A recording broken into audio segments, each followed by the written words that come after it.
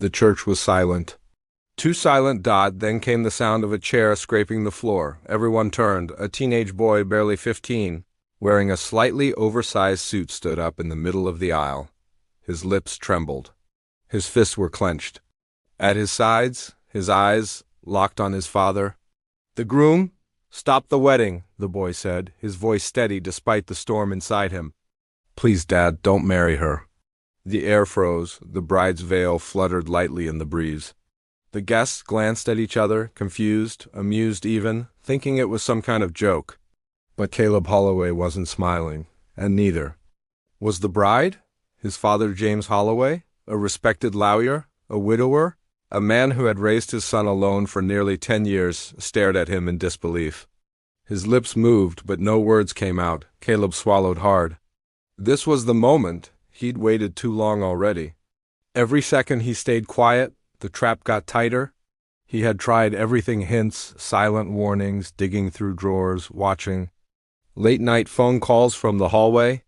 But no one believed him. Not the neighbors, not the pastor, not even his own father. And now, in front of over 100 people, he had no choice but to blow it all open. "She's not who you think she is," Caleb said, holding up a folded envelope.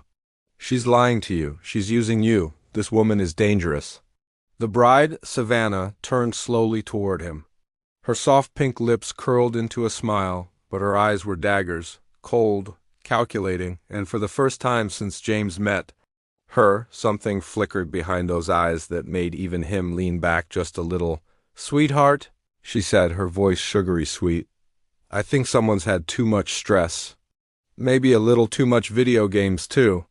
Laughter rippled through the crowd, awkward and uneasy. Some guests chuckled. A few whispered, but Caleb didn't flinch. He took a deep breath and dropped the bomb. "I found the letter from Nathan," he said, loud and clear. "The one you hid under the false bottom of your jewelry box. I saw the payment in the red envelope, the photo of my dad, the instructions, and the voice note. Don't make me play it." Now the laughter stopped. Dead silence. James blinked. "Nathan?" Savannah's mask cracked. "Just for a second." Her fingers twitched. Then she smiled again. "James, baby, this is ridiculous. He's just upset.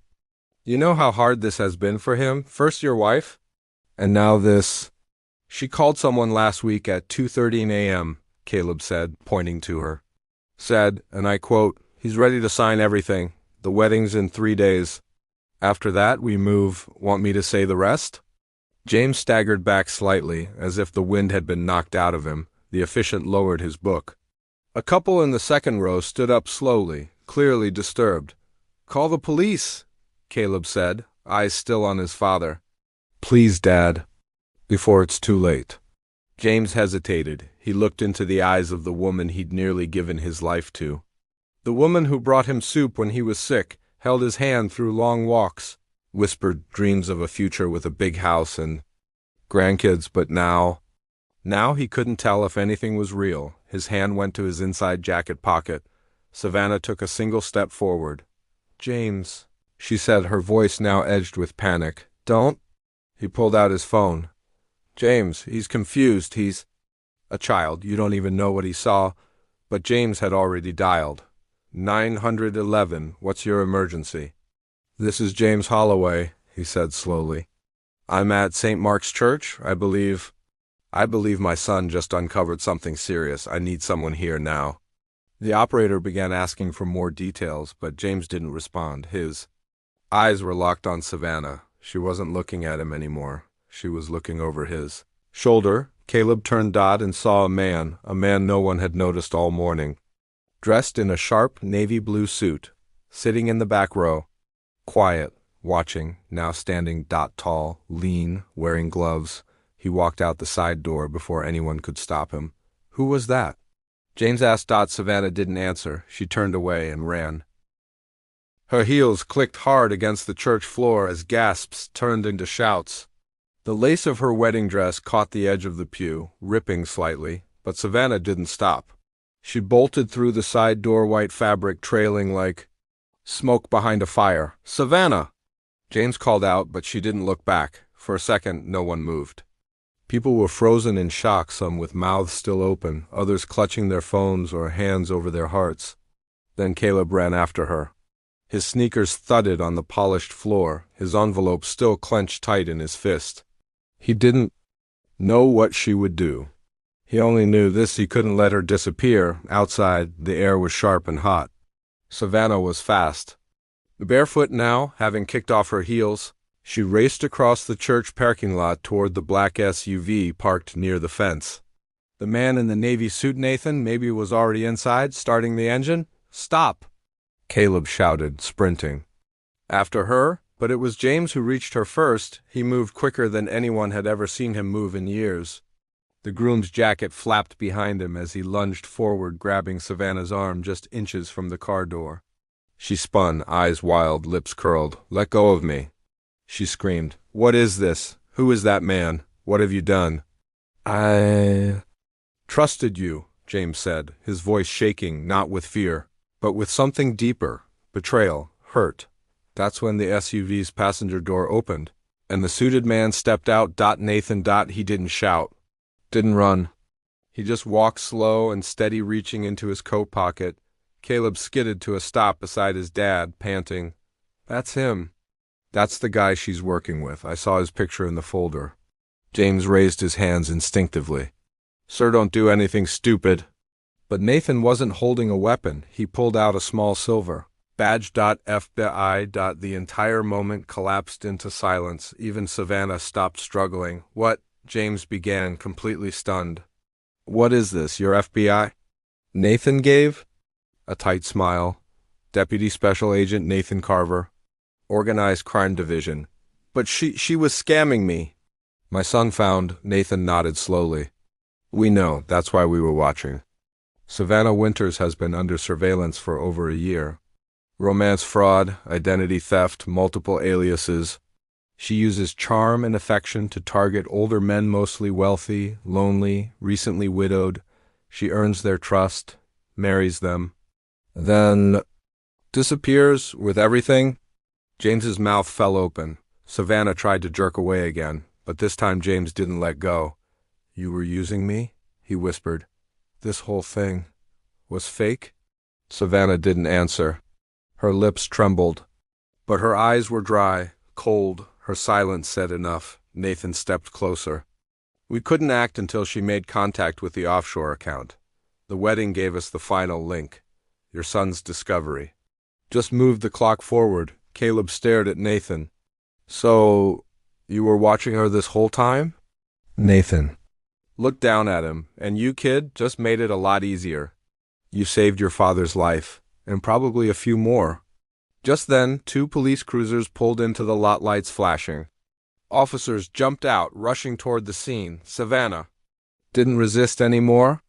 As they cuffed her, she just looked away, the weight of everything finally landing. No more smiling. No more lies. James stood motionless, staring at the pavement.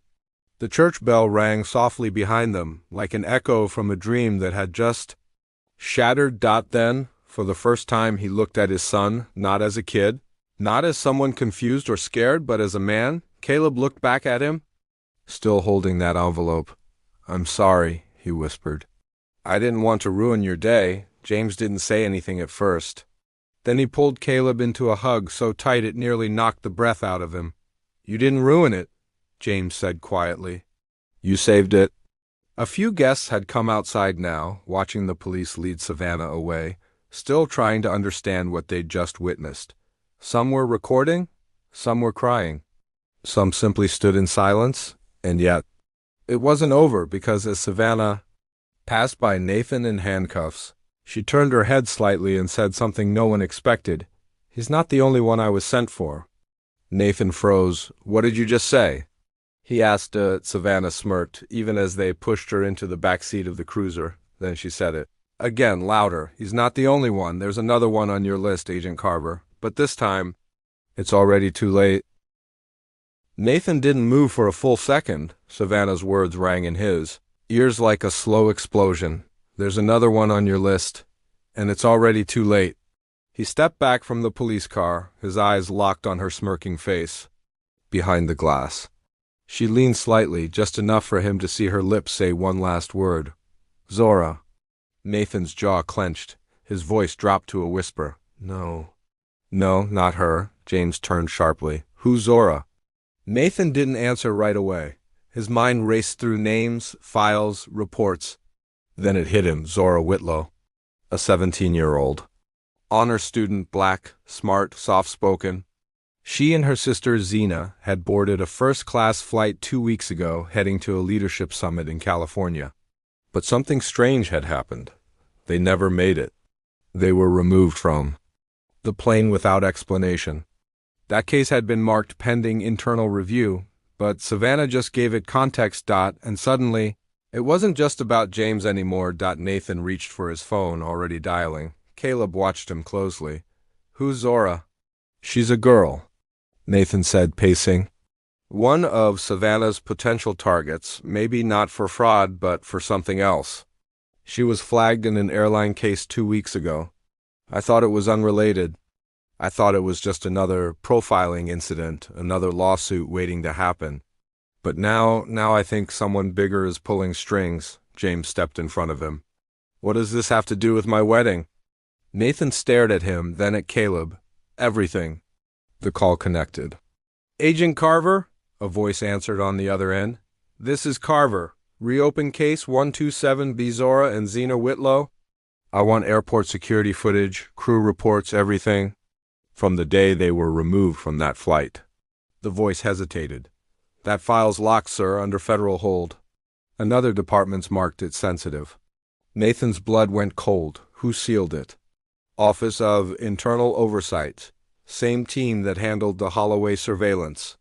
Savannah, this wasn't just a scam. This was a network, and Caleb's truth had just blown open something much bigger. Nathan hung up and turned to James. You weren't just her target because of money. You were her cover, a clean, high-profile man she could marry, someone no one would question. Meanwhile, her real mission, whoever she was working for, had something planned for that girl, Zora, maybe more. James looked horrified. But why a kid? What would they want with her? Nathan didn't answer. He looked back at Savannah in the back seat of the cruiser. She was still smirking, calm, as if she was the one in control. Then Caleb said quietly, She's not done, is she? No, Nathan said. This was just one move in a much bigger game. And just then another voice called out, Agent. Carver? A young officer jogged over, holding a phone. We just got a call, you were right. The Whitlow sisters were flagged again, 15 minutes ago. At LAX, security was called because someone tried to follow them out of the terminal. Nathan snatched the phone. What do you mean, follow them? The officer's voice dropped. 2 adult males, dressed like airport employees, tried to escort them toward a different exit. Girls ran. One's missing now. James stepped back, stunned. You mean one of them is gone? Caleb's heart dropped. Which one? They've got eyes on Zena, but Zora. The officer hesitated. She's gone. Nathan didn't say a word. He turned back to Savannah, now being moved to another vehicle by federal agents. As they opened the door, she looked at him one last time and said softly, You should have let me marry him. Then maybe she'd still be safe. And that's when Nathan realized. This wasn't over. This was only the beginning. The words echoed in Nathan's head like gunfire. Zora's gone. The sky over the church had dimmed, slightly, clouds rolling in, as if nature itself was bracing for what was coming next. But Nathan wasn't focused on the weather. His mind had locked onto one thing. A teenage girl was missing. And Savannah's smirk said she knew exactly where she was. He stepped toward her again as the agents tried to load her into the black transport van. Where is she? He demanded. Savannah looked at him, unfazed. Oh, Nathan, she said sweetly. This isn't chess, it's war. And you're 5 moves behind. Nathan's jaw tightened. He leaned in closer, voice low and cold. If anything happens to that girl, Savannah tilted her head, then maybe you should have stopped me earlier. Maybe your little hero boy, she nodded at Caleb, should have kept his nose out of grown folks' business. That was it. Nathan signaled the agents to move. Get her out of here. Maximum isolation, no calls, no visits. She doesn't breathe without clearance. As the van doors slammed shut, Caleb stepped beside Nathan. She's really gone? He asked, eyes wide. Nathan nodded grimly. Zora Whitlow, 17 years old. Honor student. She and her sister were trying to leave LAX after a delay when two men dressed like airport workers intercepted them. Zena escaped. Zora didn't. Caleb's heart pounded. What do they want with her? That's the part that keeps me up at night, Nathan muttered. Just then, Nathan's phone buzzed again. Another agent's voice came through the earpiece. Sir, we pulled Savannah's latest communications. She's been using a burner phone to contact someone offshore. Repeated references to a drop-off and something else. What? They called her the last key, Nathan blinked. Zora's the key? Possibly. There's mention of a transfer window closing in 24 hours. James walked over, disbelief still written across his face. They're going to traffic. Her? Nathan shook his head. No, this feels bigger, coordinated, legal names, sealed files, fake flight records. Someone high up is helping them, and Zora isn't being sold? He turned to both father and son. She's being delivered. Caleb stepped forward. Then let me help. Nathan looked at him, surprised. You've already helped more than... You know? Caleb didn't blink. No, I mean help. I want to go with you. Find her. You said I saved my dad. I want to help save her. James stepped in, alarmed. No, absolutely not. You're just a kid. So was she, Caleb snapped. You think I don't know what this feels like? Watching someone you care about walk into something dark while everyone says, let the adults handle it. Dad, please. Nathan studied Caleb quietly. There was fear in his eyes. But there was also fire. Finally, Nathan nodded. He comes with me. What? James said. He stays in the car? But he's got instincts I can use. And right now, I'll take all the help I can get. James looked between them, his son, standing like a soldier and the agent who just uncovered his worst nightmare. And then he realized Caleb wasn't a child anymore. Not after today, Dahi nodded slowly. Bring her back. I'll bring them both back, Caleb said. Nathan turned back to the SUV. We've got one flight number, a gate, and a shell company. In the Caymans tied to Savannah's alias, we start there. They were about to leave when a familiar voice called out behind them. Wait! Zena Whitlow. She stood beside a police cruiser wrapped in a gray blanket. Tears dried on her cheeks. But her jaw set with determination. I'm going with you. Nathan stepped forward. You need rest. We'll find your sister. You'll need me, Zena said, pulling something from her coat pocket. Zora dropped this when she ran. It was a key card, embossed with a strange logo and a string of digits. Caleb took it, turning it in his fingers. What is it? Zena answered softly. It's where they're keeping her. The keycard was cold in Caleb's hand, silver and strange, with an unfamiliar logo that looked like a bird's wing trapped in a triangle. There were no letters, no address. Just the number, 4120947. What is this place? Caleb asked. Zena stared at the keycard. Her voice was soft, but every word struck like thunder. It's the safe house, or they call it that. Zara showed it to me weeks ago. She thought it was part of the youth program she got accepted into. She thought it was a scholarship. Nathan's face went pale. You mean they lured her with a fake education grant? She got a letter, Zena said, from some non-profit. Global Futures Program for Young Women. It looked real. She applied. Then a woman called and said she was accepted. They gave her this keycard. Saad she'd have to visit for orientation. It sounded legit. James folded his arms tightly. That's human trafficking. No, Nathan whispered. That's something bigger. He pulled out his phone and snapped a photo of the keycard. I'm sending this to Cyber Intel. We need to know where that access code links. Caleb watched as the weight of the truth fell over everyone's face. His heart pounded, not just with fear, but urgency. Somewhere out there, Zora was alone, and time was running out. Within minutes, Nathan's phone buzzed. He read the message, eyes narrowing. Code 4120947A is linked to a private facility. In Hawthorne, just outside LA, it's registered as a shipping warehouse, but no shipments, no workers, it's a shell. Then what's inside? Zena asked. Nathan looked up. We're going to find out. The SUV cut through traffic. With lights flashing, Caleb sat in the back seat, his eyes locked on the keycard in his lap. Zena sat beside him, arms folded, shoulders tense. James had reluctantly agreed to let Caleb go, under the condition that he stay behind Nathan at all times. But Caleb wasn't scared. He was burning with purpose. You good? Zena asked. He nodded. Yeah, just thinking. She looked at him for a second. You're brave. Not many people would have stood up in the middle of a wedding and said the truth. I didn't have a choice, Caleb said. My dad was about to marry. A liar. And someone had to stop her, Zena smiled faintly. Well, thanks for stopping more than just a wedding. It was just after sunset when they pulled up to the warehouse. It looked abandoned, gray siding. High steel fences, no company name. No lights inside, but Nathan wasn't fooled. He opened the trunk, pulled out a tactical vest, and handed Caleb a smaller one. This is just in case, he said. Caleb hesitated. Are we going in? Nathan nodded. Carefully, quietly. We don't know who's inside or how many. They crept toward the gate. Zena pointed to a side door. That's where they told her to go. Nathan held up the key card. Let's hope they haven't disabled the access. The scanner lit green. Click. The door opened. They stepped inside and what they saw stopped them cold. The inside wasn't a warehouse.